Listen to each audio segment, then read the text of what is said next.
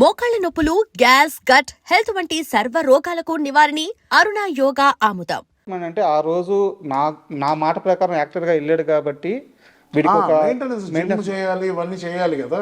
But ఏ నెలకి ఆ నెలకి ఇవ్వడం కాకుండా దానికి ఒక ప్రాసెస్ సెట్ చేశారు.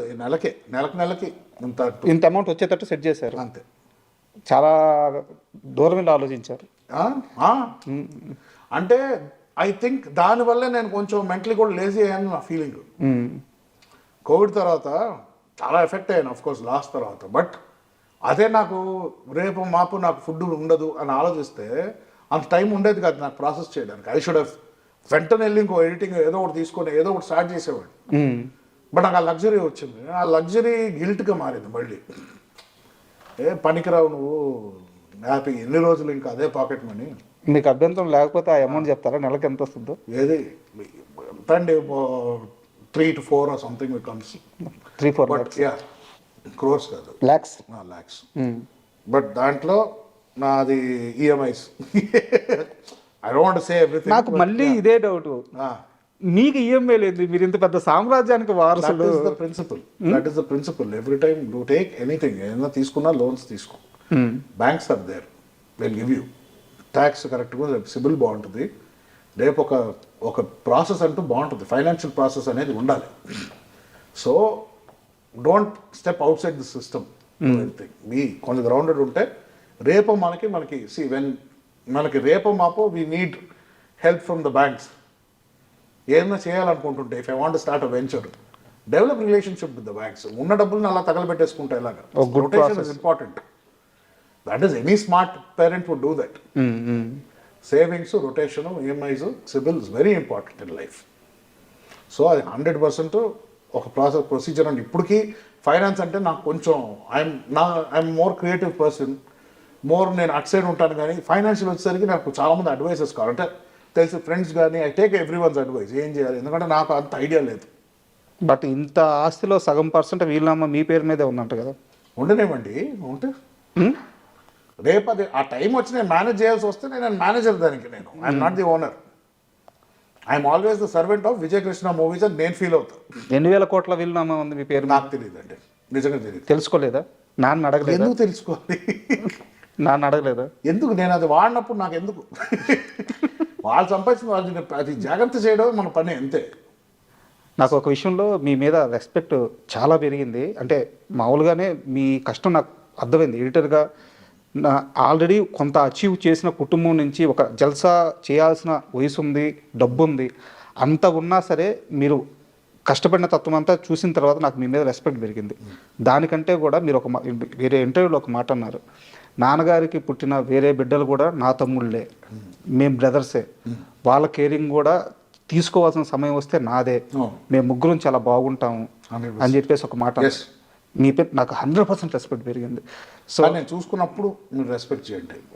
ఆ సిచ్యువేషన్ వచ్చి నేను చూసుకున్నానంటే వాళ్ళని సరిగ్గా అప్పుడు చెప్పండి. అప్పటి వరకు నేను మాటే చెప్పాను, మాట ఇచ్చా, కానీ నేను ఇప్పటి వరకు అది ప్రూవ్ చేయలేదు. ఆ సిచ్యువేషన్ వచ్చినప్పుడు when I succeed in that, then you tell me I respect you. But మీరు ముగ్గురు బ్రదర్స్ కదా, కలుస్తుంటారా మీరు ముగ్గురు? Talk on the phone. Mostly second బ్రదర్తో ఎక్కువ కాంటాక్ట్లో ఉంటాను. ఓకే. చెన్నైలో ఉంటాడు. వాళ్ళ రిలేషన్ నాన్నగారితో ఎట్లా ఉంటుంది? బాగానే ఉంటుందండి. ఇది టాక్ రెగ్యులర్లీ. ఆయన నాకన్నా ఎక్కువ డాడీతోనే మాట్లాడతాడు. వీకెండ్ ఒకరోజు ఫోన్ చేస్తాడు నాకు, సండే ఒకరోజు నాతో మాట్లాడాలి. సో ఒకవేళ మిస్ అవుతే వీక్ డేలో ఒక రోజు కాంపన్సేట్ చేస్తాం. సో అలా మెయింటైన్ రిలేషన్. ఈ loves me a lot, I love him. నాకు అంటే వాడితో చిన్నప్పటి నుంచి పెరిగాను కదా నేను. ఐ వాజ్ 10th స్టాండర్డ్, నేను 7th 8th ఉన్నప్పుడు పుట్టాడు. సో ఆల్మోస్ట్ కలిసే పెరిగాం. అది ఆల కొడుకు, స్టెప్ బ్రదర్ ఇవంతా అది రాదు కదా. కలిసి పెరిగినప్పుడు ఆ బంధమే. ఏజ్ని ఎలా చూస్తాను, అంతే కదా. ఇట్ ఈస్ అల్టిమేట్లీ చాలా మంది ఇప్పుడు మన పెట్స్ని తెచ్చుకుంటాం ఇంటికి, వాళ్ళకి మనకు బ్లడ్ రిలేషన్షిప్ లేదు, మన బ్రీడ్ కూడా కాదు. అంతే కేరింగ్ నేచరు. ఆబ్వియస్లీ నేను తేజాని నేను ఒక ఇన్ వే ఒక సన్ లాగే చూస్తా నా బ్రదర్స్ని. నాకని చాలా చిన్నోళ్ళు, బిగ్ బ్రదర్ అయినా కూడా అలాంటి ఒక దీంట్లో చూస్తాం. సో ఎప్పుడు ఆ కాంపిటీషన్ ఇవన్నీ కాదు. సో అదే when they look up to me, I will give everything. But ఇక్కడ ఒక సన్నటి లైన్ ఉంది. నాన్నగారి పనుల్లోకి మీరు ఇన్వాల్వ్ కాకపోవడము, ఆ లైను పట్టుకొని ఇద్దరు పరిధిలో, అంటే తండ్రి కొడుకులే బట్ ఇంత పెద్ద వ్యవహారాన్ని నడిపేటప్పుడు ఏంటంటే ఒకరికి ఇచ్చేయాలి, ఒకరిని ముందు పెట్టాలి, ఒకరి వెనకాల ఉండాలి. సో అది ఎలా మ్యాచ్ చేసుకున్నారు, ఎలా కుదిరింది అది? న్యాచురల్గా కుదిరిందండి. He is a very efficient man. అన్నీ చూసుకున్నారు, పొద్దున్న లేచిన దగ్గర నుంచి ఈవినింగ్ వరకు. ఆయన ఎంతసేపు పడుకుంటారో ఆయనకే తెలీదు, కానీ కంప్లీట్ చేయాలంటే టాస్క్ కంప్లీట్ చేస్తారు. ఆయన ఎప్పుడైతే టేక్ ఓవర్ చేశారో అక్కడి నుంచి నాన్ స్టాప్గా is been sitting on developing Vijayakrishna green studios and everything. So ఒకళ్ళు తీసుకున్నప్పుడు ఇనిషియేటివ్ మనం జస్ట్ వెనకాల సపోర్ట్. ఆయన పని చేయమంటే నేను చేస్తా అంతే. సో దాంట్లో ఎప్పుడు రెండు తలకాయలు ఉండకూడదు బిజినెస్లో. ఒకళ్ళు లీడ్ చేస్తున్నారంటే కరెక్ట్, ఒకడే, ఇంకొకళ్ళు వచ్చారంటే ఉన్నది కూడా చెడగొట్టుకుంటాం. అంటే ఇక్కడ నాకు అర్థం కాదు ఏంటంటే, చాలా చిన్న చిన్న లిమిట్ ఆస్తుల దగ్గర సినిమా సెలబ్రిటీకి సంబంధించిన వారసులు పిల్లలు మీడియా ముందుకు వచ్చి గొడవలు పడతా, తల్లిదండ్రుల మీద, అన్నదమ్ముల మీద రకరకాల ఇష్యూలు అవుతూ ఉంటాయి అన్నమాట. సో ఇన్ని వేల కోట్ల రూపాయల ఆస్తులు ఉన్నా కానీ ఏ రోజు విజయ నిర్మల గారి కుటుంబం నుంచి ఒక్క మనిషి మీడియాకి ఎక్కువ, రోడ్డుకి ఎక్కువ, ఆస్తి విషయంలో ఒక్క మాట, ఒక్క సందర్భంలో మాట్లాడిన సందర్భమే లేదు. సో అది పెంపకం నుంచి వచ్చింది అనుకోవచ్చు. అంతేనండి, అంతే అనుకోవాలి, ఇంకేమనుకుంటాను. నచ్చుతుంది అంటే సోల్ క్యారియర్, గ్రాండ్ మా భుజాల మీద మొత్తం ఫ్యామిలీని మోస్తుంది.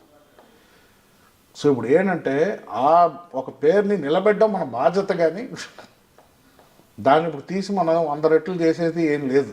ఆవిడ చేసిందే గ్రేట్, దాన్ని ప్రిజర్వ్ చేసుకొని మనం పర్సనల్గా ఏం చేసుకున్నాం అనేది గ్రేట్ ముఖ్యం. సో ఇక్కడ పిక్చర్లో నేను అనేది ఉండదు. కృష్ణ గారు, నిర్మల గారు వాళ్ళే. What ever I do is below that.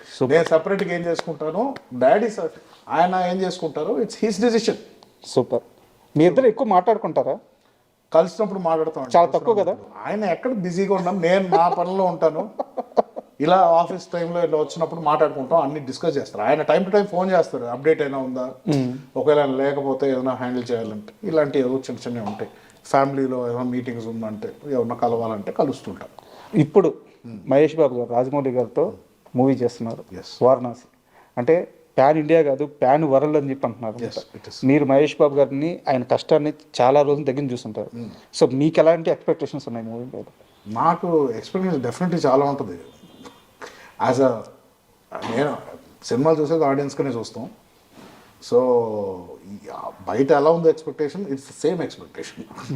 And మొన్న టీజర్ తర్వాత స్కేరీగా ఉంది, ఎక్స్పెక్ట్ ఎక్కువ చేయాలా లేకపోతే ఇప్పుడు ఏంటి, ఈ టెన్షన్లో ఉంటాయి నాకు. ఫస్ట్ ఎప్పుడు అదే టెన్షన్.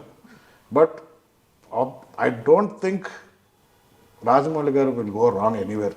ఈజ్ ఆల్వేస్ బీన్, ఆయన ఎప్పుడు ఏం చేస్తున్నారో ఆయనకు ఒక అవగాహన ఉండే చేస్తారు ఆయన. సో అండ్ ఆయన గురించి చెప్పడానికి నేను పెద్ద క్యారెక్టర్ ఏం కాదు, బట్ ఆయన as an audience and a fan of both, I think it will be the biggest film in India, at least global లెవెల్లో it will definitely be రెకండ్ with, but India's biggest film 100%. So it's like a festival, can't wait. ఇంకో 1 year అన్నారు, 1 yearలో వస్తే great. And ఫైనల్గా మీ plans ఏంటి, next plans ఏంటి? ఉన్నాయండి, నేను plans చెప్పుకొని అవ్వట్లేదు. సో తర్వాత మనకు ఓన్లీ మాటలే వచ్చు అనుకుంటారేమో. పైప్ లైన్లో ఉన్నాయి ప్రాజెక్ట్స్, బట్ యాక్టింగ్ త్వరలో ఏం లేదు.